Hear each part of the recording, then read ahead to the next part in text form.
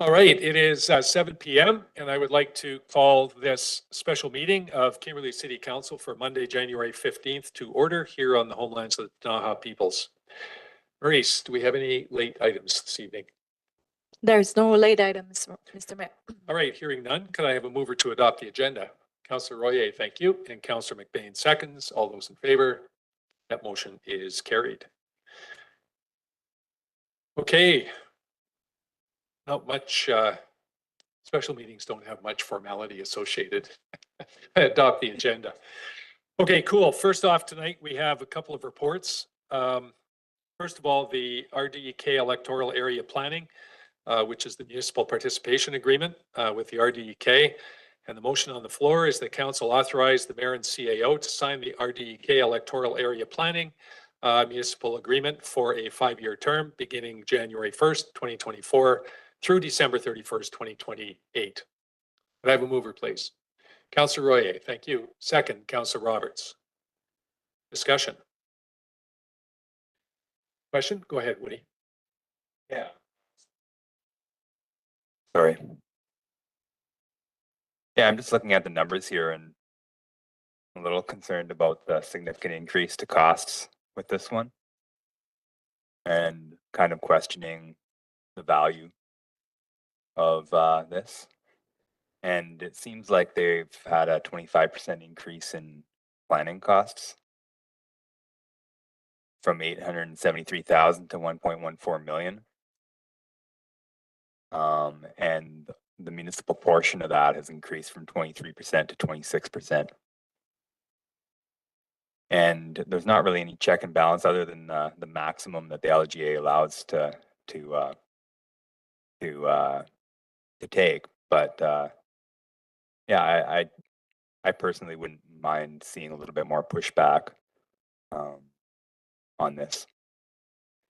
And for that reason, I won't support this motion. Okay. Thank you, Councillor McGuire. Further comment? Questions? You want to maybe make a comment first, and then we'll see what else might come up. Thank you, Mr. Mayor, and Troy, please jump in here if I'm going off track. But the purpose of participating in the planning function with the regional district is to allow the city through the mayor who sits on the board to have a vote in the planning initiatives that are occurring outside of our municipal boundary in the regional district. So the number that you see here in front of you is really the price of admission for that. And depending on the community that you're in the regional district, and the types of issues that are coming before the board for consideration from a planning perspective, it really varies, I guess, on what impact that has on your community. But yeah, it is a significant increase to the planning function this year. It's interestingly, it's about the same amount that the prior 5-year agreement it dropped by about 22,000, and this one is jumping back up by about the same amount. I think that's just coincidence, but yeah. Okay. Thanks, Jim. I think just about all of these services that the requisition on in total that we pay the RD for the variety of services that are in there is mostly based on property values. It's based on assessment. So as assessments go up, so does that number. And this number has been constant for 5 years. It was fixed in 5 years ago when the agreement was signed. So the increase, if you look at it on an annual basis, is a little less daunting than than what that number looks like. I guess not much more to add than that. Go ahead, Sandra. Thank you, Mr. Mayor. I just feel that we have a kind of a community responsibility to be at that table, largely because a lot of the things that take place in the regional district have a large impact on us, including the wastewater treatment a facility that's, or not wastewater treatment, I misspoke. The recycling facility that's being developed on our behalf of the communities in the area. And so many of the things that take place outside of our boundaries that have an impact on us. And I think it serves us well to have somebody on that board who's part of the discussion, who can vote for or against, depending on how the community should react in those situations. Go ahead. Am I correct in understanding that this is only for the inclusion in having a vote for those planning decisions, or do we still retain our board? We're still going to be on that board regardless of whether we pay this or not. It's just we won't be able to vote for bylaws, I guess. Planning specific decisions. The planning Yeah. function. Yeah. So I think that, you know, things like solid waste, for example, we would still have a vote at the table for that. Just wanted to clarify. Yep, you're absolutely correct. This is specific to the planning function. Yep. Yeah, Go ahead, Kevin. Yeah, I think it's important that we have some open communication with the RD.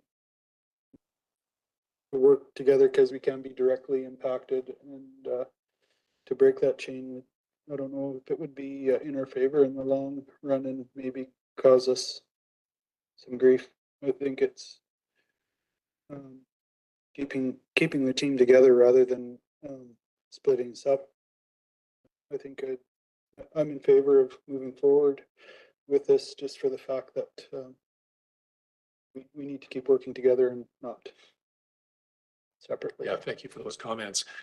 5 years ago, when this agreement came into being, Elkford held a protest, basically refused to pay the increase, and they went for, I think it was about 6 months or so, not sitting at the planning table. And I will say that that was a loss. It was a loss from the board, overall board point of view. And it turned out to be a loss for Elkford too, because Area A, which is the electoral area district surrounding that, have any number of things going on that have an impact on Elkford. And they were unable to, participate or help influence what was going on. It was uncomfortable watching Elkford get up whenever the planning meeting started and, basically leave the room. Go ahead, Councillor McBain. Yeah, I my only comment is that, I appreciate what Woody's saying. You kind of looking at, the change, basically the rate change, and looking at it in terms of percentage wise, and it does look kind of shocking, but I'm looking at it in real dollars and the value that we could potentially get out of this. It makes the cost a lot more palatable and not nominal, but palatable to me, just given the potential return on being within those planning things. So I don't disagree with what you're saying, Woody, but I'm just looking at it in the real dollar sense. And, given the cost of what things are in today's world, it doesn't seem that out of whack. So just a commentary. There was a fair amount of pushback and debate at the table from the municipalities. Our increase, on a absolute dollar amount was I think we were about the middle of the pack, but we have one of the largest populations and assessments that go along with it. It's a proportional thing. Okay, last call for comments. All right, call the question then. All those in favor? Opposed? Councillor McGuire is opposed. That motion is, pardon me, carried.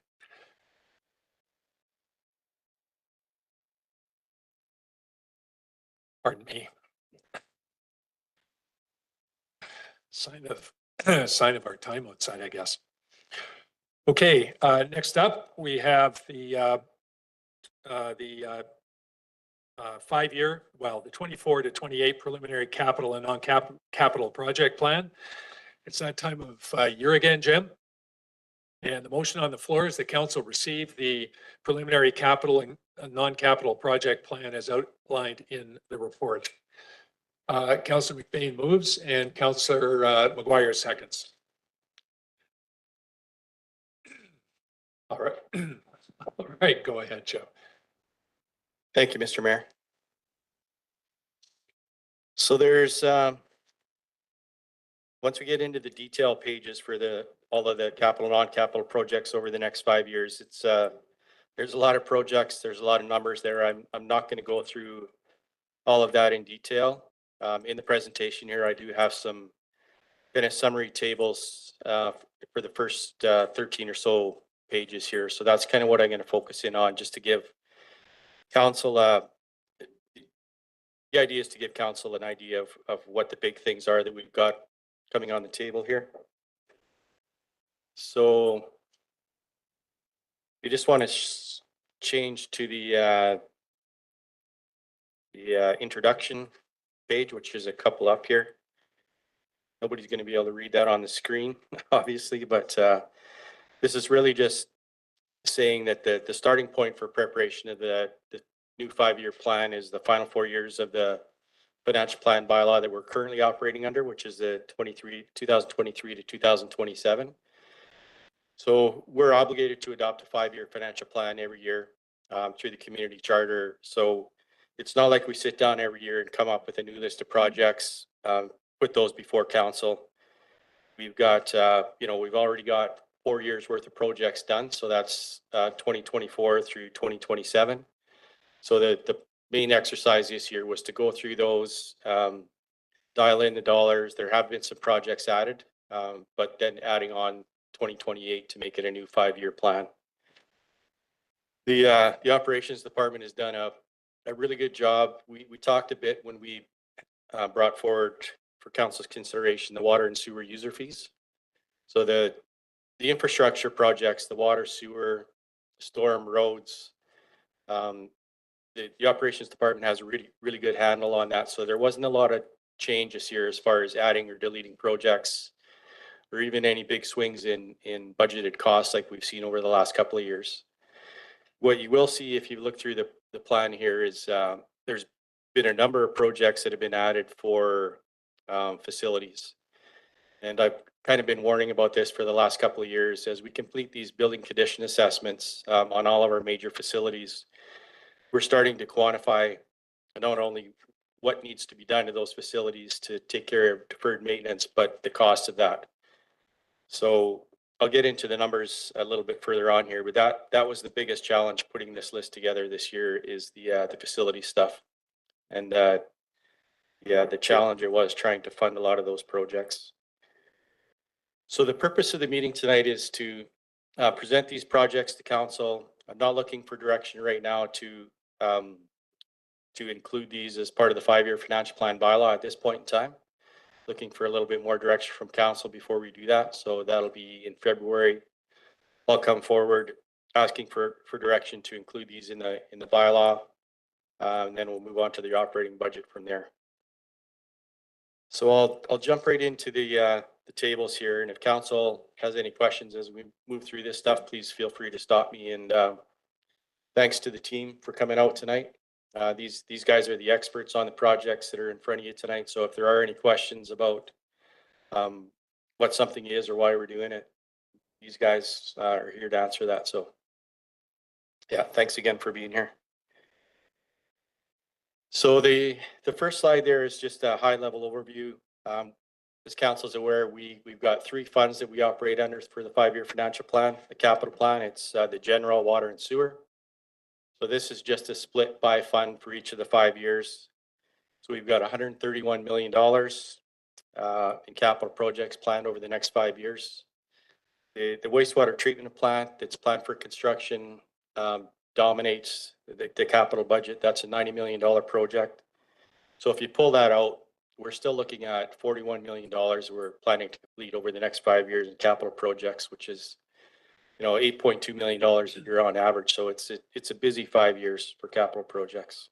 We're going to be flat out trying to get this stuff done. Just a few notes about the wastewater treatment plant. Again, a $90 million project. December 4th, the Ministry of Municipal Affairs came to town and made an official announcement that we received the $66 million in grant funding that we had applied for a long time ago. That the announcement was a little bit delayed from what we were anticipating, but much appreciated. So the balance of the project, the remaining $24 million in change will be funded from a combination of borrowing, which was approved through an electorate assent process. It was held in conjunction with the October 2022 local general election. And we're also pulling a little bit of money out of reserves to fund some of that as well. So the next slide, Jim? Oh, If I may. please, yeah. So the eight and a little bit million, pardon me, average on year. That is awesome to see. I think if I remember correctly, how does that relate to the annual depreciation and how we may be cutting into the infrastructure deficit as we go through this 5-year period? Yeah, so that $8 million is more than covering the annual depreciation. I think it's, Krista, I hate to put you on the spot, but maybe $5 million general water and sewer funds.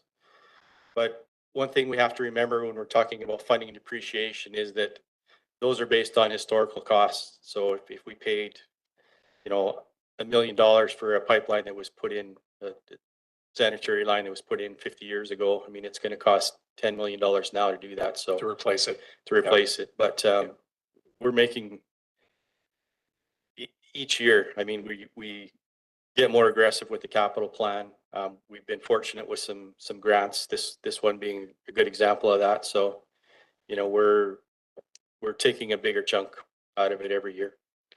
And I guess the other thing has to do with the, once the new plant is up and operating, with the decommissioning of the what's down there now. It says in the report here that I was wondering why we were not funded for that.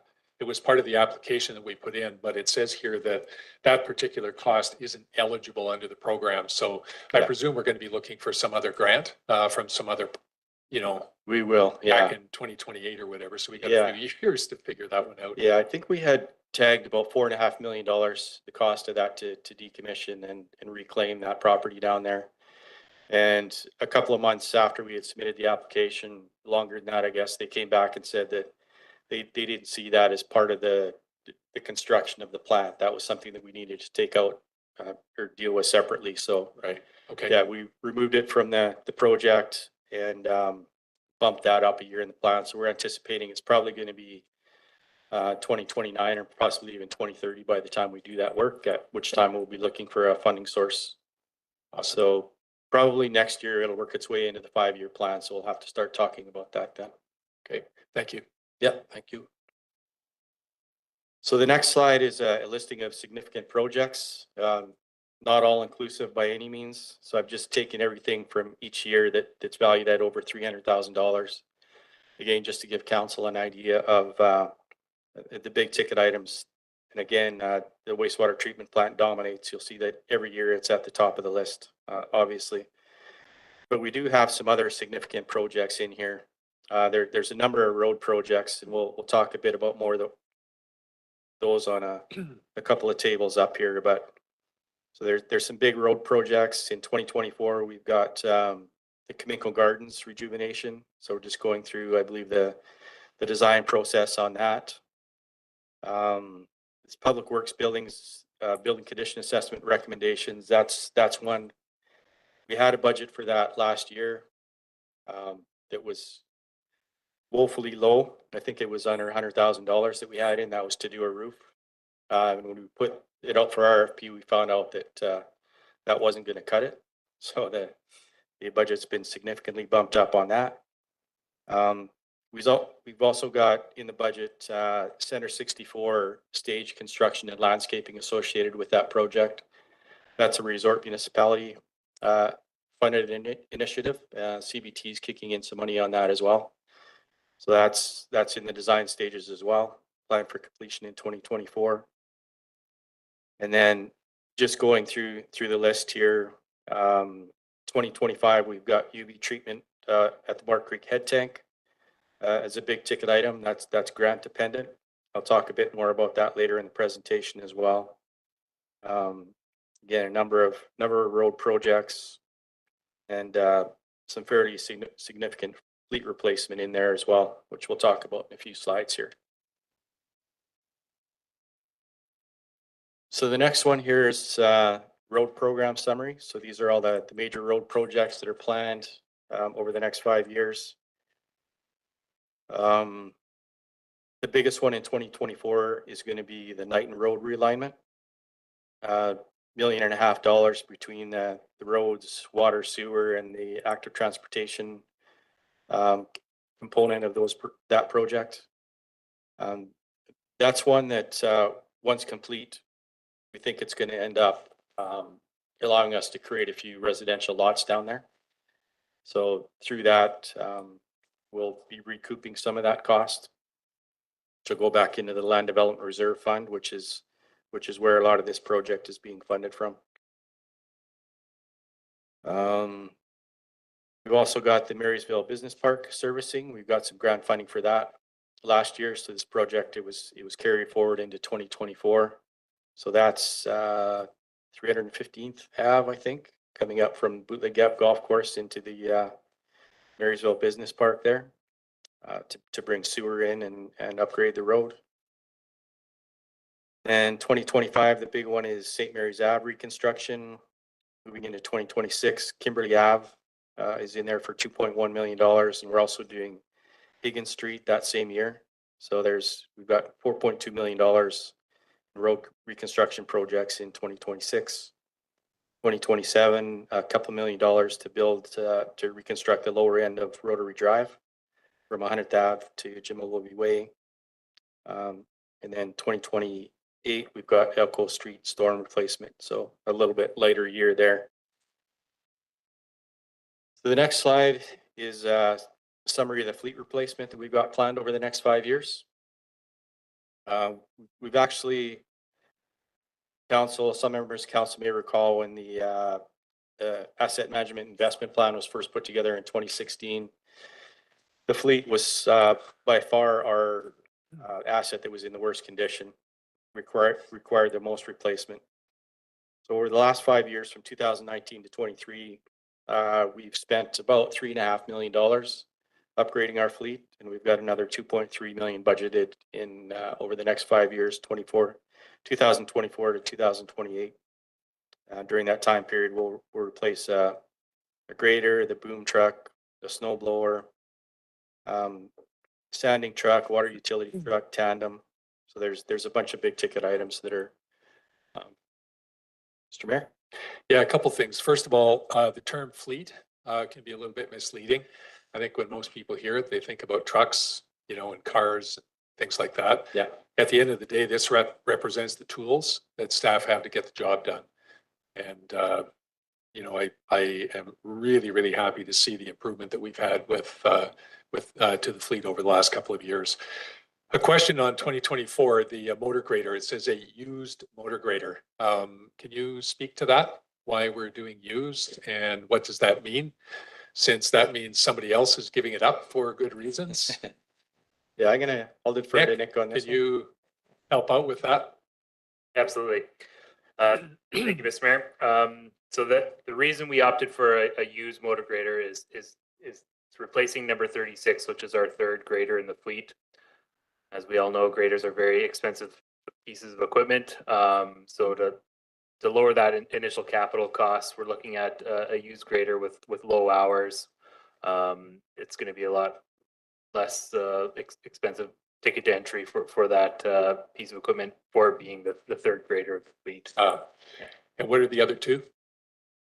They're newer. I know we got a brand new in here a year or so. We purchased a brand new one a couple of years back, and the other ones, it's the mid 2000s. Right. Okay, cool. Yep.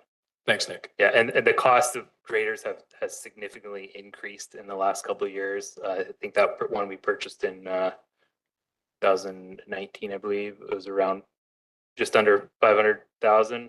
They're now over $600,000 for a new grader.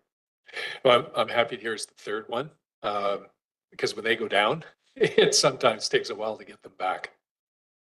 Thank you. Councillor Dunavec. Go ahead. Yeah, it's awesome to see that we're finally getting the fleet all together. With the grader, are we going to be buying it from, is it like a lease return, or is this a private sale? Are we gonna have some support? Are we gonna know that all the software is gonna be updated? We're not gonna have a piece of equipment that needs a bunch of maintenance right out of the gate, even with it being low hours. My concern is that we could be possibly buying somebody else's headache and just to save everybody a bunch of time and money. Sometimes weighing the scale between new and used, and I understand the price of any kind of equipment has gone through the roof over the last year here. That would just be my concern, that we have some sort of support, warranty, factory, factory support with all the software and everything like that. So we're not left high and dry. Go ahead, Nick. Yeah, thanks, Councillor Dunback. Great question. So it undetermined at the moment. It'll depend on the supplier that we get it from, whether it's from a dealer, used grader from a dealer, or if it's a private sale or something like that. And those are the factors that we're going to look at when we're sourcing out this grader. And that's why we want something with the lower hour units. Something that's got high number of hours is higher potential for something to go haywire on it. But yeah, there is no guarantee when you buy something used. I mean, same with new, but you can usually get a warranty with that. If it does come from a supplier, that you might have an option to purchase an extended warranty, and those will be items that we look at. Further? Go ahead. In my industry, the one thing that I can't stress enough to everybody and anybody who's buying anything that burns fossil fuels basically is like, is there an option to have like a pre-purchase inspection so that we, like a home inspection, sort of same thing, just another thing of protection for us as we pay a large sum of money for a used piece of equipment. Yeah, thanks. Great question as well. We do our own inspections before we go out and purchase this. So our mechanics will go out and do a thorough once over on this. Depending where it's at and where it's coming from, that would be our intent, just to make sure that we are satisfied with the condition of the unit, and we've done our checks and balances on it before making the commitment. Councillor McBain. Yeah, just, I think I know the answer, but just want to be sure, like, how, what's our ability to be nimble and fluid with respect to some of these prices? And one just caught my eye. 2027, a 1-ton shop truck for 75 grand. And I'm just like thinking in practical dollars right now, I do not think you can get a 1-ton truck for $75,000. And, this is 3 years, 4 years out of there. So just curious to like what level that we have of, I guess, rigidity of, 3-4 years out. I mean, I feel like we've had ability to be nimble. Just wanted to make sure that we've got that baked in. And typically with, like, as we get closer to the actual budget year, the purchase date of these things, I mean, every year, the team here is having a look at the costs and dialing them in closer. So, yeah, the closer we get to the purchase year, the more accurate those dollars will get. Yeah, we will adjust for stuff like that for sure. Thanks, Jim. Yep. Okay, the next page is I've summarized the projects that require either grant funding, borrowing, or the receipt of third-party funding. So this project has shrunk in recent years. I mean, once the grant was approved for the wastewater treatment plant, that shrunk this up from a dollar perspective by quite a bit, obviously. But there's still a couple of big ticket items in here. The UV treatment at the Mark Creek head tank is grant dependent, and the Civic Center building condition assessment recommendations, which include replacement of the slab boards and chiller, is grant dependent as well. And I'm going to be talking about those a little bit further in the presentation here. The Civic Center in particular, I can't remember if it's 2 or 3 grant applications that we've submitted for that particular project and been denied on them all. And it's getting to the point, I believe 2025 is the drop date drop dead date on the chiller that we have. So we're going to end up doing that project regardless, unless a decision is made to move in a different direction with regard to that facility. But so yeah, I do talk a little bit more about that later on, and the possibility of considering moving that from a grant funded project to a reserve funded project, just to make sure that it's in the budget, allow Parks and Facilities Nicole to start actually planning for that project. But yeah, I'll talk a bit about that more later. And likewise with the UV treatment at Mark Creek Head Tank, that's something that at some point in time may be forced upon us by IH, and we won't have the luxury of waiting for a grant on that one. So we may have to consider funding that one through reserves as well. Jim, can you speak to kind of the situation with regard to debt? How much debt do we carry? What's our capacity to absorb For reserves? debt? Yeah, debt, it's going to shrink a whole bunch once we actually take on the debt for the wastewater treatment plant. There's a formula in the community charter that restricts the amount of debt that we can take on. It's 25% of the revenues that the city earns. So I think at today's rates, I think it works out to about, I don't know, $25 million in total that we can borrow. So we've got the monies that we're proposing to borrow for the wastewater treatment plant is going to take up a big chunk of that. But other than that, I mean, outstanding debt, we have very little at this point in time. The biggest would be the aquatic center, which is coming due next year. Yeah, it'll be paid out next year. And then I think we may have one more water debenture issue outstanding that'll be paid off in a year or two. And there was money that was borrowed for, I believe it was the highway, the boulevard improvements. I think that's the last one that'll be outstanding. Yeah, after awesome. that. Thank you. Yeah.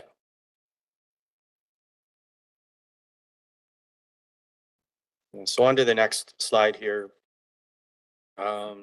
This talks about capital project planning over the 5-year period.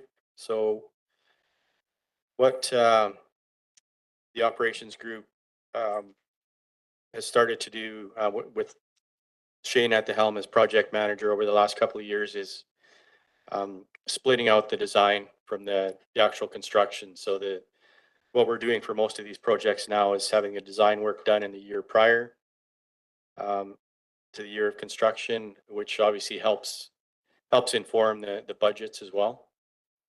So I've just got a list of all of the design work that we've got in the budget and the year of construction for those projects. You'll notice a couple like the downtown design strategy. The preliminary design for that is scheduled for 2024. That's going to help inform future projects and budgets. But once that project is complete, that information will come back to council, and we'll have to start figuring out when we want to implement that, what pieces of it we want to implement. So we don't have a construction year scheduled for that yet. The Matthew Creek UV treatment, these are in later years of the plan, and the high pressure concrete main are in 2028. We don't have construction set for those yet either. Councillor McBain. Just wanted to give some kudos here, and it sounds like Shane is the target. I really like this approach of separating things out. It gives you a lot more flexibility, and it gives you a lot more ability to deal with adverse situations.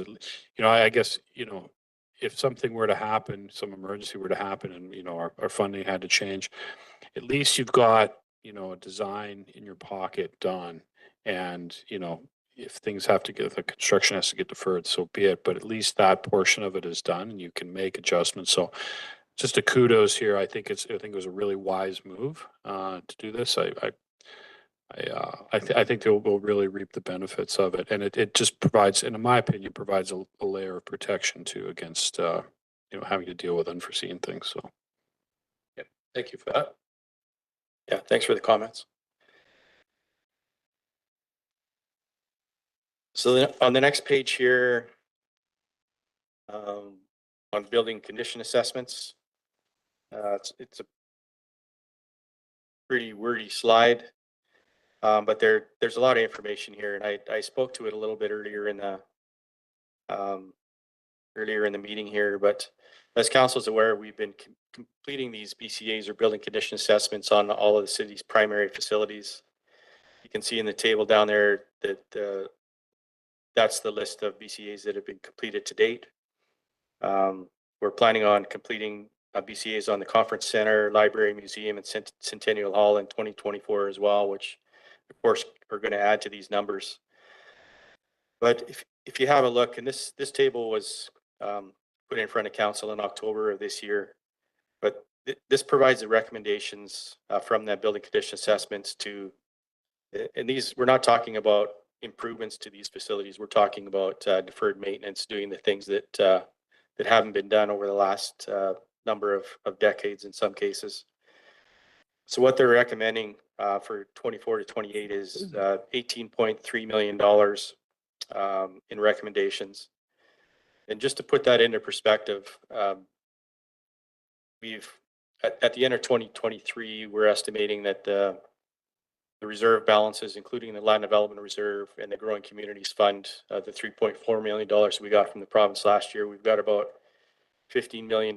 So, you know, that just doing this work on its own would take all of our reserves and then some, without being able to use any of that money for road projects or fleet replacement or anything. So it's clear that we can't do all of those projects in the recommended timeline.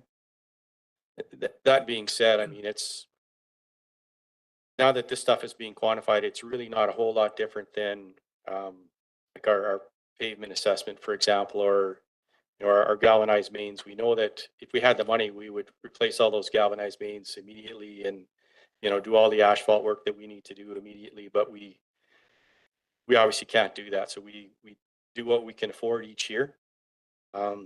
The difference with some of this building stuff is it's, you know, there's life safety issues involved with some of this. So some of these projects are going to need to happen. But yeah, so over the next 5 years, projects that have been included in the 5-year capital plan, we've added just about $3 million in new projects that weren't in the plan last year. And, you know, we knew it was coming. There was the foreshadowing with the completion of the BCAs, but it makes it extremely difficult to budget when you're adding that size of projects to the budget every year. It really it decimates our reserve funds and just is it's really difficult to deal with. So we've got a couple of plans that are underway in 2024. The Parks and Facilities Master Plan that is going to help inform where the limited amount of funds that we have should be invested based on the community input from council that's going into that plan. So that'll help inform future capital plans as far as where the money's going on facilities. And we've also got some money budgeted for we're not quite sure what it's going to be called yet, but an ice rink feasibility study. So having a look at the Civic Center, Marysville Arena, and the curling rink. Having a look at, you know, those facilities, what the BCA recommendations are, and figuring out whether it makes more sense to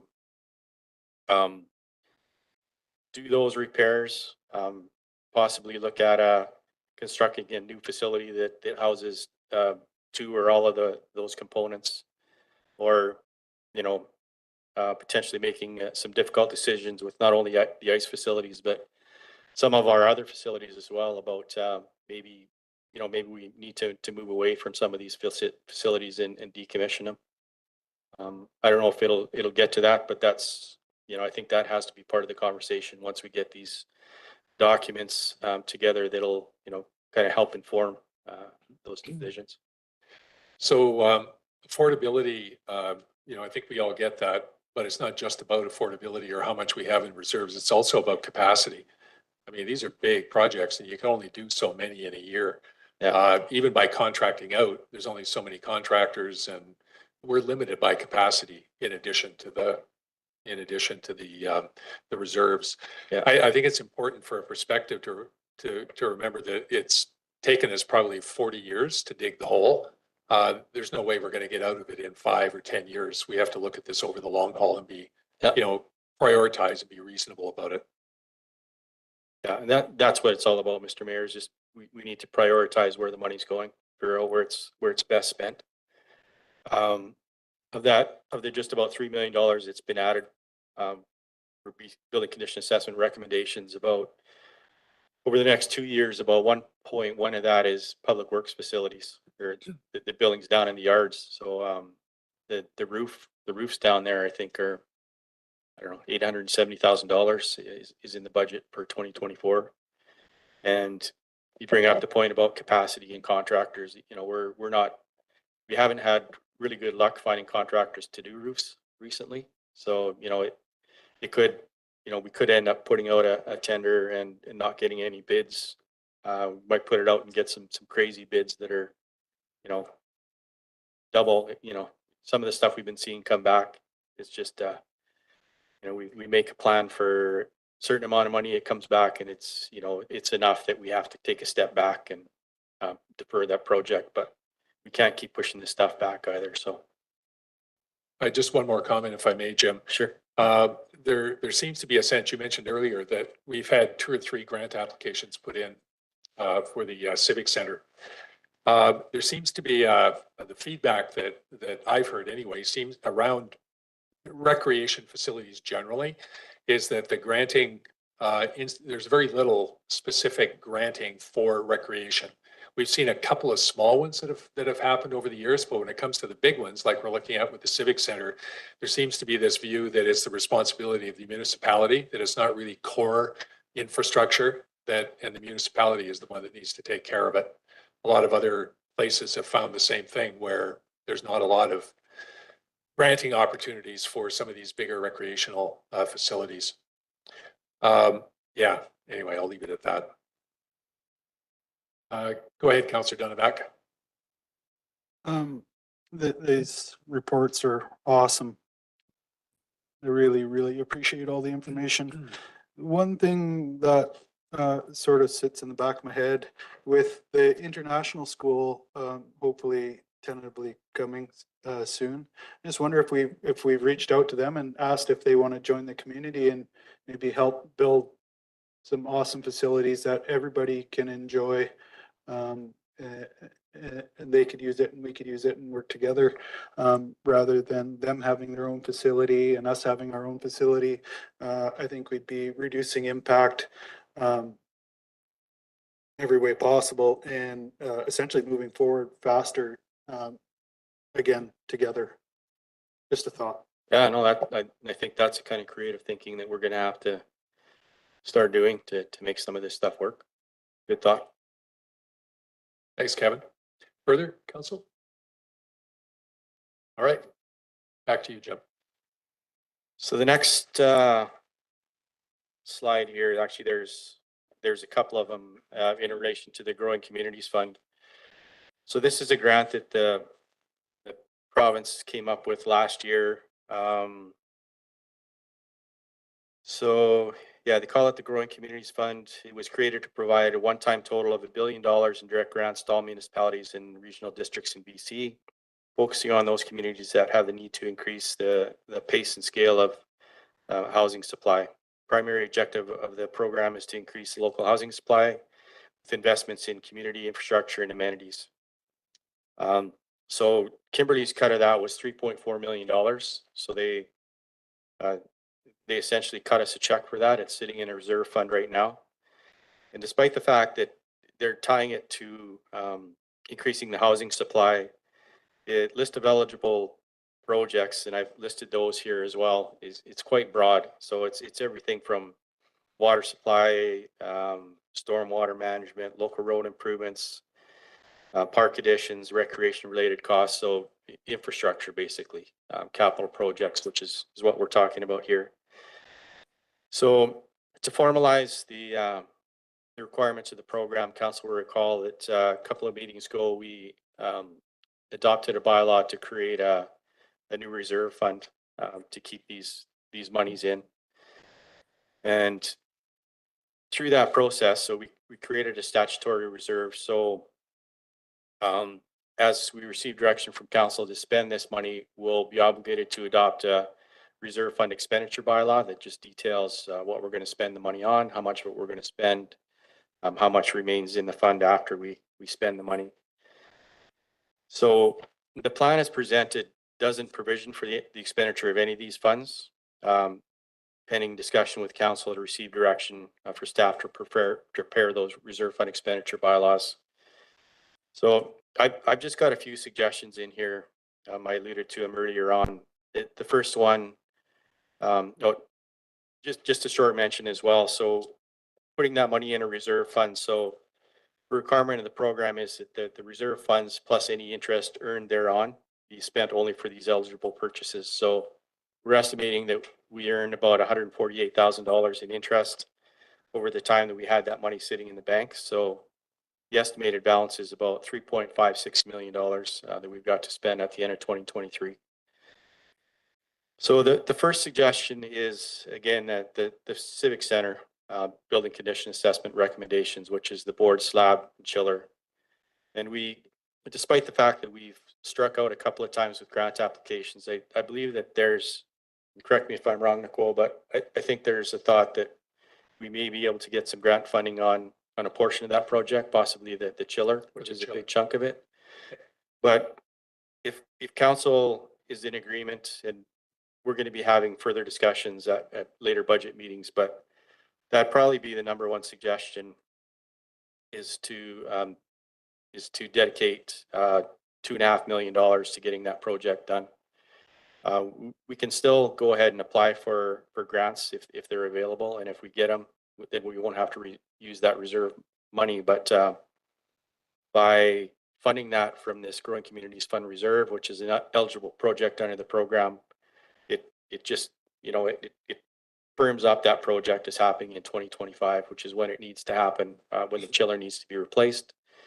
It'll allow, it's going to take a lot of forward planning to get that project done, with the facility closure, dealing with user groups, that type of thing. So I would certainly recommend that money be set aside for that. The other suggestion would be the UV treatment at Mark Creek Head Tank. It's $3.2 million budgeted in 2026, and that's grant dependent as well. And I don't know, I don't want to put you on the spot, Rob. This is a project that's been in the 5-year plan for a while, and we've continued to kind of bump it down the road, because it hasn't, we haven't been forced into doing it. But, and I'll let Rob speak to this a little bit more, but I think what's starting to happen is that, we're going to get pushed into having a secondary treatment in addition to the chlorine. But yeah, Rob, if you could just kind of give us some information on what's going on there. Okay, so we have a new Interior Health water officer. Our old Dan Byron, the previous fellow, he's retired, and with the new person is new to the job and is looking to dot all their I's and cross all their T's. So we're actually going through the process of doing a deferral for treatment deferral.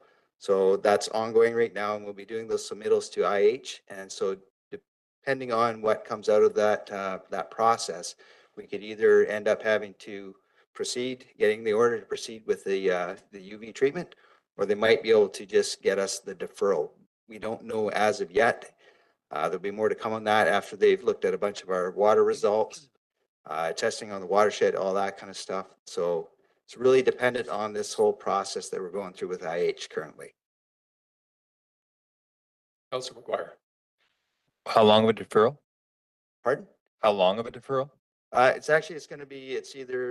It can either be a deferral or an exemption. So it's really dependent on that process. So if IH comes back, they look at our water qualities, the amount of E. coli that we have present, that kind of stuff, and they're happy with those results, they might end up just giving us, a deferral for long term.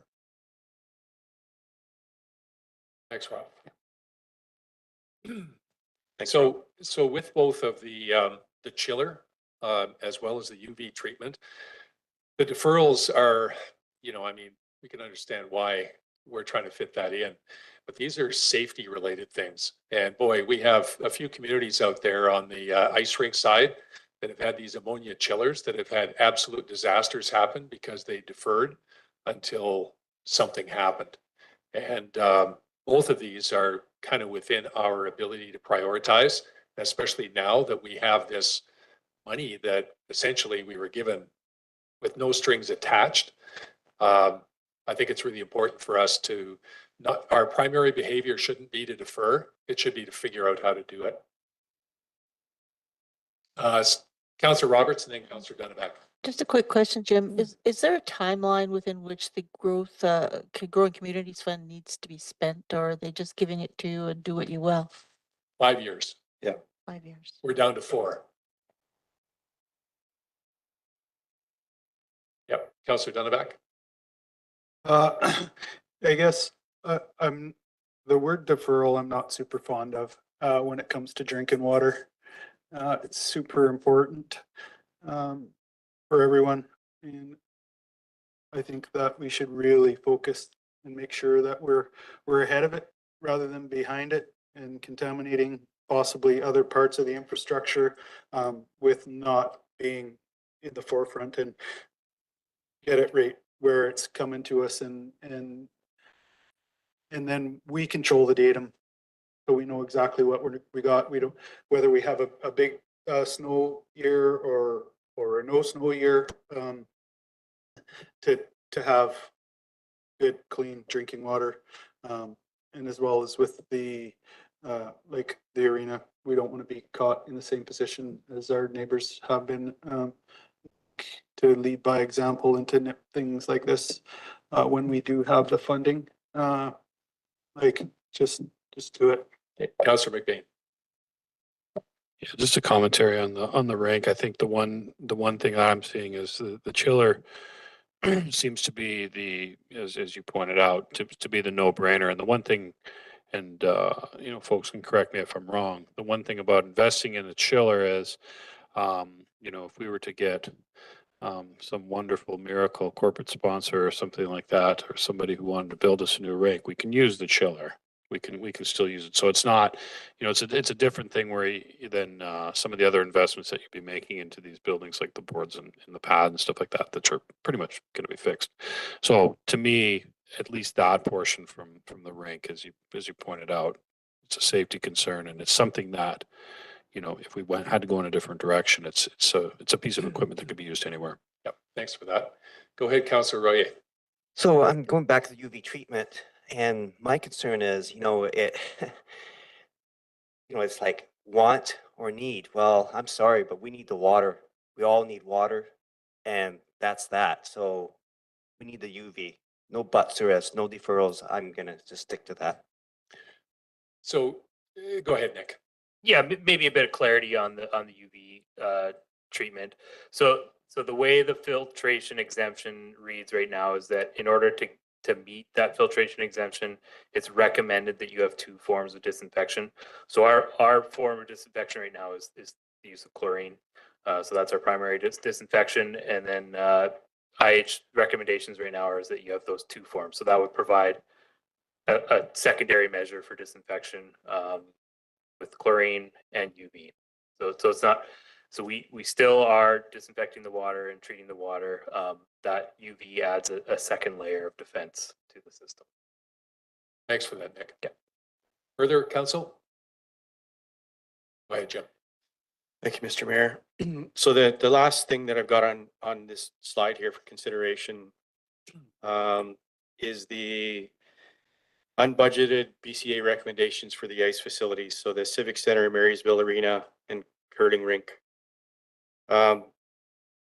So the recommendations that we had a couple of slides ago here versus what we have in the plan, including the board slab and chiller replacement. There's another just about $7.4 million worth of recommendations that we don't have in the 5-year plan. And again, we're hoping that this ice rink feasibility plan and the Parks and Facilities Master Plan are gonna kind of help inform some of that investment, but you know, we could just throwing out a bit of an example that if once we receive those reports, council provides direction that we undertake those recommendations, we're going to be looking for money to pay for those. And this might be one place that we're looking is the Growing Communities Fund, potentially even the Land Development Reserve Fund. Those are the two reserves that we have that have a fair chunk of money in them. But you know, all of this stuff, the quantifying the building condition, the facility stuff, it really just goes to show that you know, if you look at our financial statements, we've got a fair chunk of change, like we, you know, about $15 million in dedicated reserves at the end of 2023. But you look at everything that needs to be done, we could blow through that in a heartbeat, really. Like a big road project is, you know, $3 to $5 million for some of the bigger stuff we've done. This facility stuff, it just never seems to end. So don't want to paint a doomsday picture. You know, we are in relatively good shape, but yeah, there's just a lot of work that needs to be done with limited amount of funds. So I'll move along from this section, but we'll be revisiting with council and looking for a recommendation on where to spend that money. So the last section here before we get into the detailed tables, I put a slide in here about the Local Government Climate Action Plan, or LGCAP funds. So this is funding that's being received through the province as well. We're getting $93,082 for 3 years. And Troy's got a manager of planning has got a proposal. We've got a non-capital project in spending that money. I think we've got $93,000 in 2024, and then the remaining 2 years of that we've got in 2025. So the $186,000. And actually, maybe Troy, if you wouldn't mind, if speaking to kind of what's proposed for that money, that'd be great.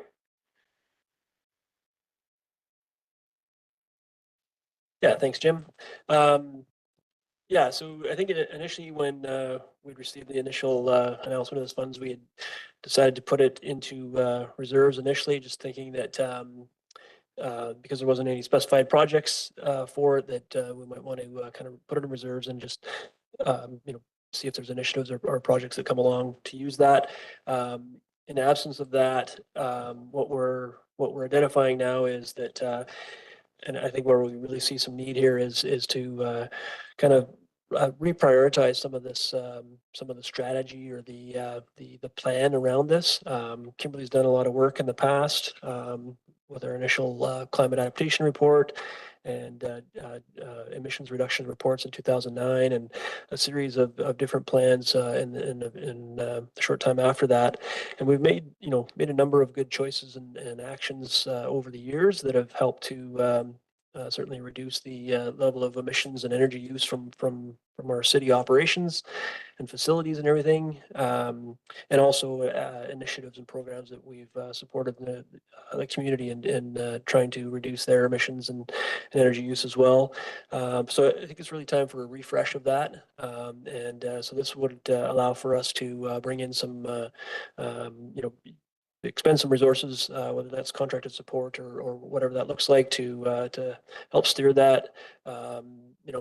There is a fair bit to this. We have some really good foundation to build from, but I think with all of the various initiatives that we have underway from amongst all the different departments, I think some extra support and kind of tying that all back together and kind of refreshing, reprioritizing sort of the strategy around that, and then we have some remaining funds that are already committed and received from that program to help support some of that implementation, too early to say exactly what that looks like at this point, but then we have some funding to support that.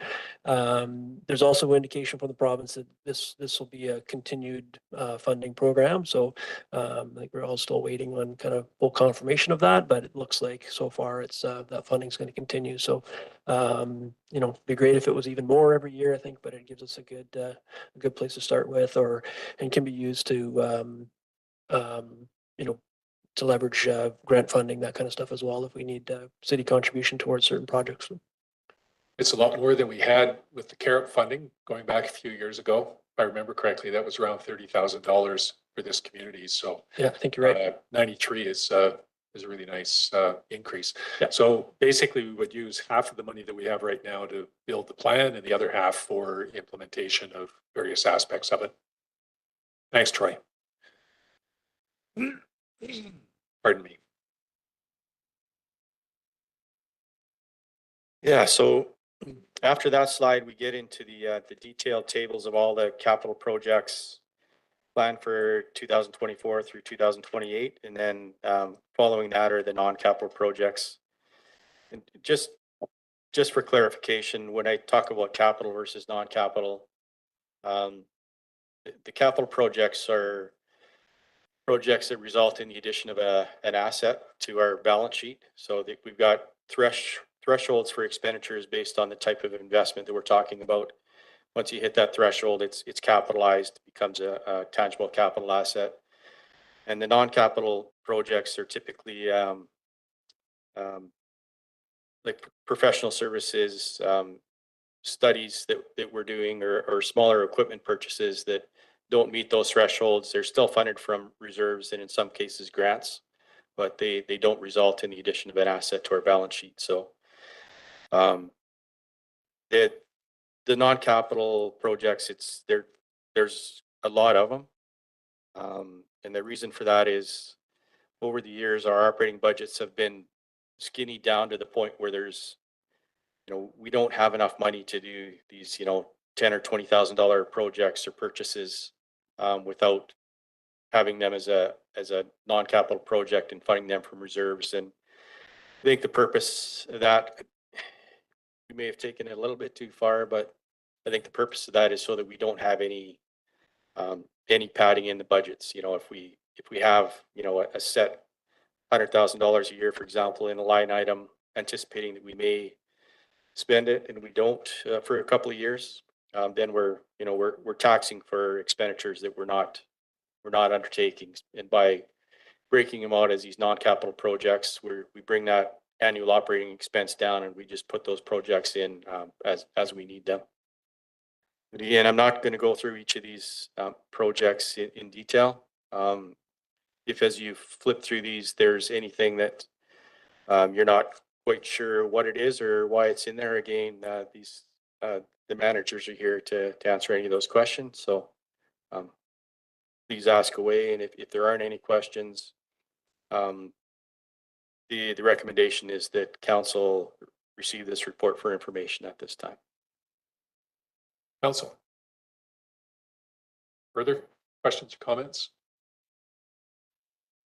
All right, the motion is on the floor for receipt.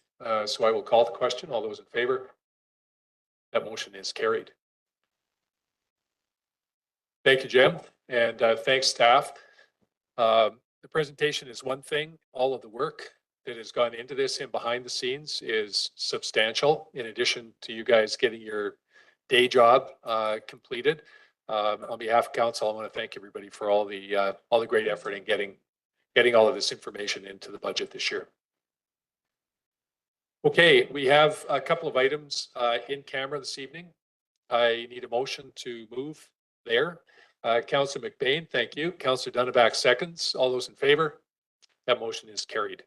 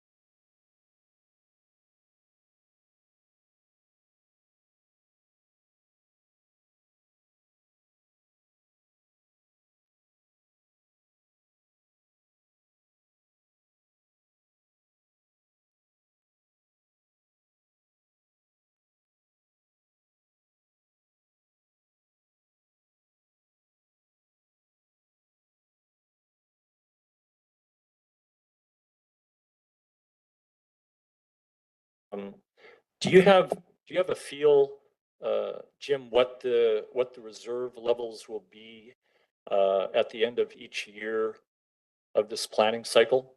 And the reason I ask is council's got a goal of in financial accountability of building reserves over the next 4 or 5 years. So I was just wondering if you have a feel for where we're going to land on reserves at the end of each year? Yeah. Actually looking at the prints out here.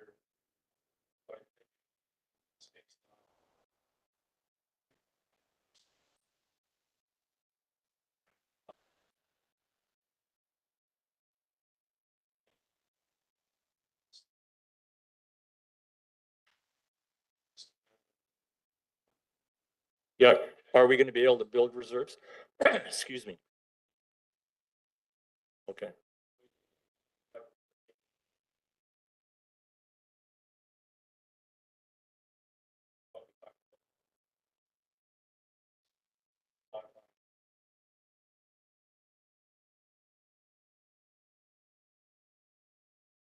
Clarify.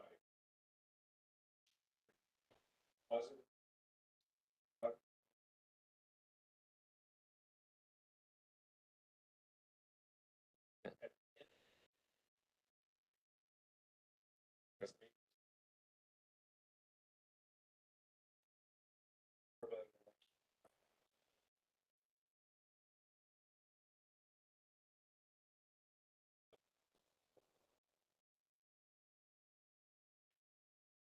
Right.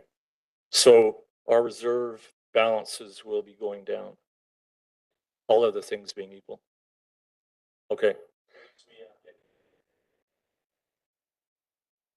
Understood. Last item, and thank you very much for indulging me. It's cold out. What else are you going to do? The local government climate action program that was talked about. I think it's great the government's given us some money to deal with some climate items. The one thing that struck me, the 93 grand for to build a plan. Just quick math, that's like paying a consultant $100 an hour for 6 months straight to build a plan. And I thought that that's a bit excessive considering the amount of money that you have left over to spend is only 186,000. And I guess my thought is you've got 279,000 to spend.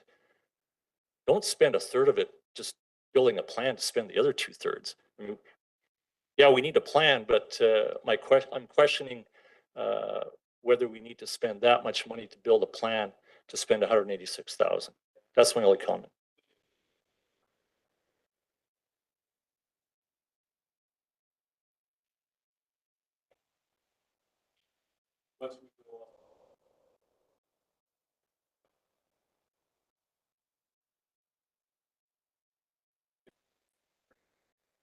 Okay.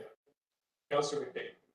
Well, just wanted to, I appreciate your concern, Brian. I just wanted to give you just some insight on numbers right now, at least from my world, what we're dealing with. If you can find a consultant for $100 an hour, grab them because it's not realistic. That's admin cost right now. Yeah. So you're looking at, upwards of $200 to $300 an hour for a decent sized consulting firm. So this was not just slap down into your math or whatever, but it's just kind of putting a little bit more context and color around things like that.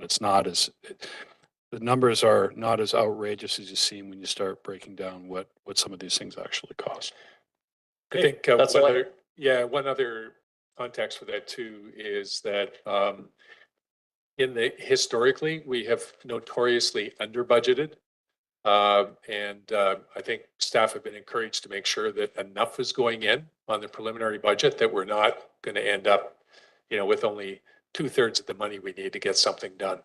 So it's better to overcommit at the budget stage. The real cost comes out where it comes out, and hopefully we just get good bang for the buck.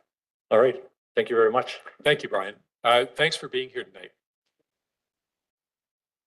Okay, guys, clear the courtroom.